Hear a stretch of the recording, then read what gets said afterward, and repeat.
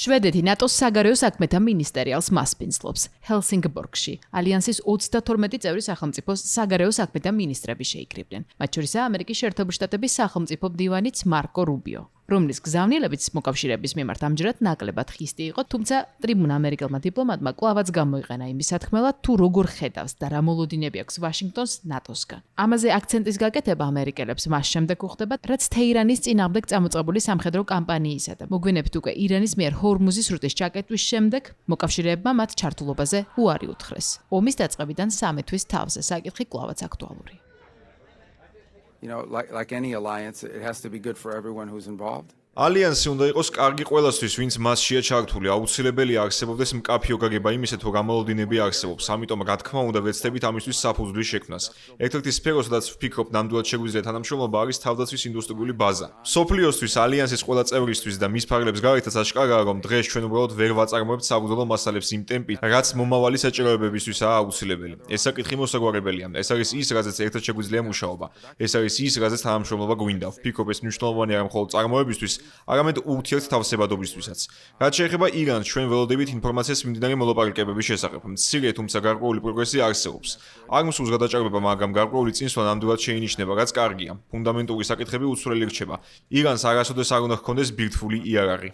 And to achieve that, we're going to have to address the issue of enrichment. We have been in close contact with ჰორმუზის სრუტის ბლოკადა ნებისმიერ ვითარებაში მიუღებელი და გაუმართლებელია. ამას შედეგები აქვს ჩვენი თანამოქალაქეების ყოველდღიურ ცხოვრებაზე ოკეანის ორივე მხარეს. ჩვენ მჭიდრო კონტაქტში ვართ შეერთებული შტატების ადმინისტრაციასთან ამ საერთაშორისო მისიის საკითხზე ყოველ ეტაპზე. და მე ვგრძნობ იმის აღიარებას, თუ რამდენად მნიშვნელოვანია ქვეყნების ასეთი გაერთიანება, რომლებიც აერთიანებენ თავიანთ სამხედრო შესაძლებლობებს, რათა საზღვაო მიმოსვლის აღდგენა მაქსიმალურად სწრაფად მოხდეს.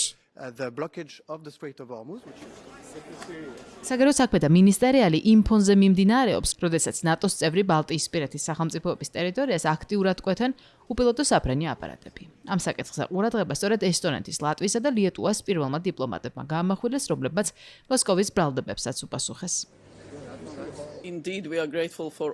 ჩვენ მადლობელი ვართ ყველა მოკავშირის, რომელმაც ღიად უარყო რუსეთის ბრალდებები ბალტიის სახელმწიფოების, ფინეთისა და პოლონეთის მიმართ. არა, ჩვენ არ ვაძლევთ უკრაინას უფლებას გამოიყენოს ჩვენი საჰაერო სივრცე, სახმელეთო ტერიტორია ან საზღვაო სივრცე. ეს ფაქტია.